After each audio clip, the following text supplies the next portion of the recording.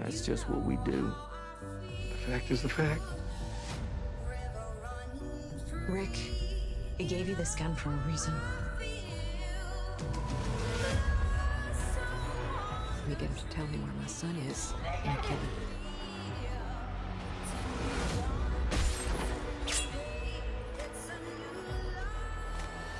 I hope you don't lose faith. You and me. La première partie de la saison 8 de Fear the Walking Dead s'est terminée dans la douleur, mais je dois admettre que les 10 dernières minutes du mid-season, du départ de Morgan à la récupération du leadership par Madison, étaient plutôt très bonnes. Cet épisode a également fourni une scène post-générique assez lunaire que je vais tenter d'analyser aujourd'hui.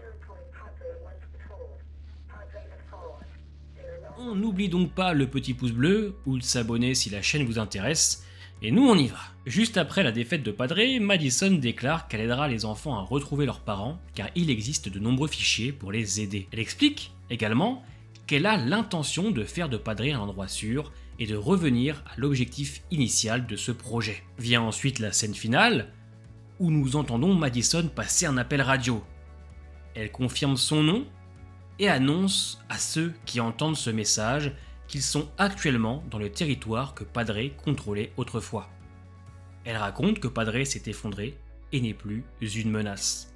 La personne mystérieuse augmente ensuite le volume et se concentre sur les coordonnées. 31 degrés, 51 minutes nord, 81 degrés, 10 minutes ouest.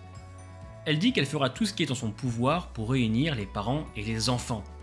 Entre-temps, nous pouvons apercevoir une silhouette qui, qu'on se le dise, a l'air d'être plutôt féminine.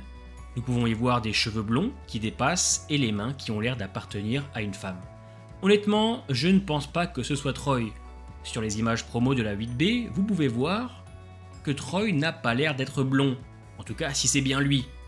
Mais j'en suis sûr à 99%. Vous allez me dire, oui, mais pourquoi le personnage porte la même montre que Troy? Eh bien, je pense tout simplement que c'est la femme de celui-ci, qui, comme lui, chercherait son enfant.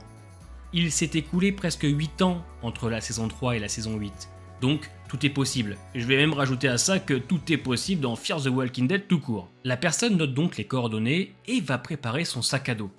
La caméra défile et nous pouvons apercevoir une carte. Sur cette carte, à lire de gauche à droite, vous pouvez voir des cercles.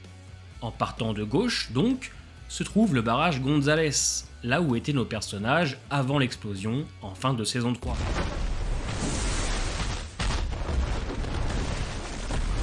Si nous continuons, le dernier cercle s'arrête à la Louisiane, là où se trouve actuellement Madison, ce qui veut dire que le personnage mystérieux a donc suivi les traces de celle-ci. Le personnage en question ramasse donc la carte, et là nous pouvons apercevoir les lunettes que Victor portait dans les 3 premières saisons de Fear the Walking Dead. Alors, à noter que la dernière fois que nous avons vu Victor, c'était dans l'épisode 15 de la saison 7.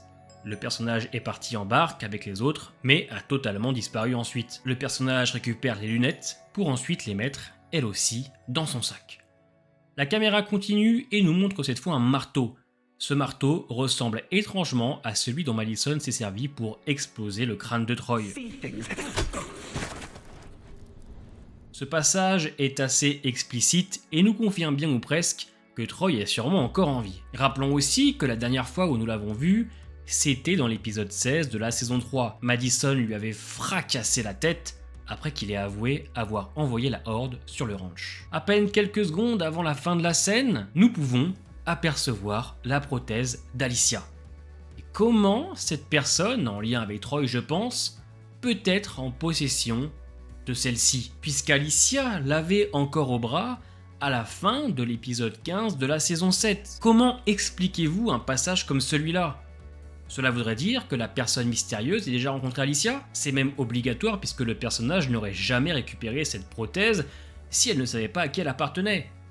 Alicia l'aurait donc posée pour ensuite se la faire voler par l'inconnu? Avouez que ça n'aurait absolument aucun intérêt. Il est très possible qu'Alicia ait eu des ennuis, peut-être qu'elle a été kidnappée ou pire, assassinée. C'est très compliqué actuellement de savoir comment cette prothèse s'est retrouvée là, dans les mains de ce mystérieux inconnu. C'est donc avec ça que Fear the Walking Dead saison 8 a teasé sa dernière partie, et même si je la trouve quand même assez what the fuck, je dois dire qu'elle donne légèrement envie. Puisque oui, entre le tease du retour de Victor, de Troy et même d'Alicia, nous sommes curieux de ce qu'il va réellement se passer. Pour faire simple, pour moi, il s'agit bien d'une femme, appartenant au groupe de Troy. Mais il est possible que ce soit Troy lui-même, puisqu'il faut savoir qu'il y a quelques mois, ils étaient à la recherche d'une doublure pour les mains de Daniel Sherman, la chevelure blonde que nous voyons au début pour être malheureusement un mauvais cadrage.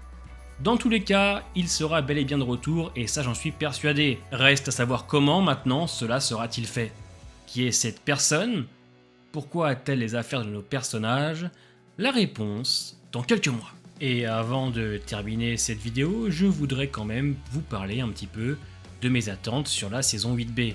Puisque oui, il ne reste que 6 épisodes pour conclure Fear the Walking Dead et je me demande réellement ce qu'ils vont encore inventer. On sait qu'on va retrouver maintenant nos anciens personnages qui seront au cœur de l'intrigue, Madison, Victor, le retour d'Ophélia, de Daniel, de Troy. Que vont-ils nous raconter sur les 6 derniers?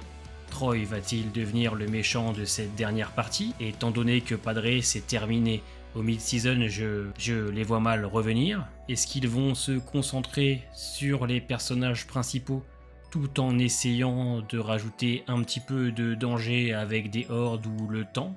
Puisque sur ces images, on peut voir un petit peu que l'hiver approche. Je ne suis pas plus confiant qu'en saison 8A, pour être honnête. On va se laisser guider par Chambliss et Goldberg, qui n'ont écrit qu'un seul épisode. Et on espère, bien évidemment, vibrer, même si je crois qu'il faut abandonner cette idée. J'espère au moins que l'épisode final apportera une belle conclusion à nos personnages et sauvera cette catastrophique saison 8.